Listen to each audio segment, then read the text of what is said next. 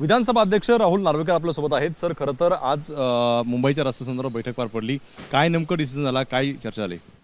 नाही, मुंबईतल्या रस्त्यांचं जे कॉन्क्रिटायझेशनचं काम सुरू आहे त्या संदर्भात एक महत्त्वपूर्ण बैठक आज मुंबई महानगरपालिकेचे आयुक्त, मुंबई महानगरपालिकेच्या रस्त्याची कामं बघणारे ॲडिशनल म्युन्सिपल कमिशनर, त्याच समवेत रोड्स डिपार्टमेंटचे सगळे अधिकारी, मुंबई भारतीय जनता पार्टीचे अध्यक्ष अमित साटमजी, मुंबईतील अनेक आमदार, त्यात मनीषाताई चौधरी होत्या, त्यात विद्याताई ठाकूर होत्या, पराग शहा होते, अमित साटम होते, आमचे कालिदास कोळंबकरजी होते, योगेश सागरजी होते, असे अनेक आमदारही होते आणि बऱ्याच दिवसांपासून रस्त्यासंदर्भातल्या ज्या तक्रारी होत्या त्या संदर्भात ही महत्त्वपूर्ण बैठक आयोजित करण्यात आली आणि 31 डिसेंबरच्या आत जी रस्त्यांची कामं सुरू आहेत ती पूर्ण करण्यासंदर्भातला निर्देश देण्यात आलेले आहेत आणि त्याचसोबत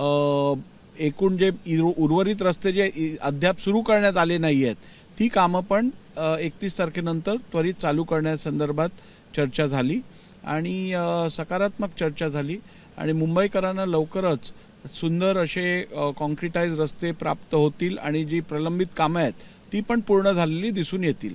सर, पण अनेक रस्ते आहेत की नव्याने तयार केलेले आहेत, मात्र त्यावरती खड्डे पडलेले आहेत, चाळण झालेले आहे, या संदर्भात काही निर्देश दिलेत का? या संदर्भातली पण माहिती घेण्यात आली आणि एकूण हे रस्ते कामं सुरू करण्यापूर्वी किती खड्डे पडायचे आणि हे कामं पूर्ण झाल्यानंतर आता किती खड्डे पडत आहेत हे एकूण जे माल वापरला जातो, मास्केट वापरलं जातं हे खड्डे बुजवण्यासाठी, त्याच्यातली ती संख्या जवळजवळ अर्ध्याहून कमी झालेली आहे। यातून खड्ड्यांचे प्रमाण पण कमी झालेले आहेत, परंतु अजूनही त्यात सुधार करता येईल अशी भूमिका महानगरपालिकेकडनं मांडण्यात आली।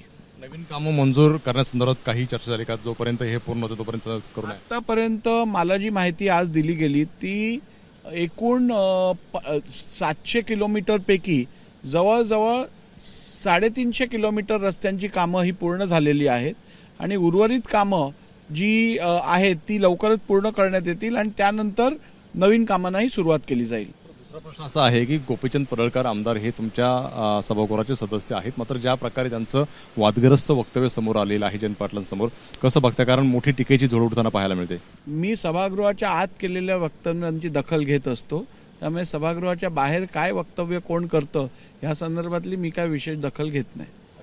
आपण मुंबईचे रस्ते आहेत त्या संदर्भात उच्चस्तरीय बैठक पार पडली आणि 31 तारखेपर्यंत जे आहे ती कामं पूर्ण करा असे आदेश सुद्धा दिलेले पाहायला मिळत आहेत। कॅमेरामन सचिन शिंदे, सरासुरने, एबीपी माझा, मुंबई।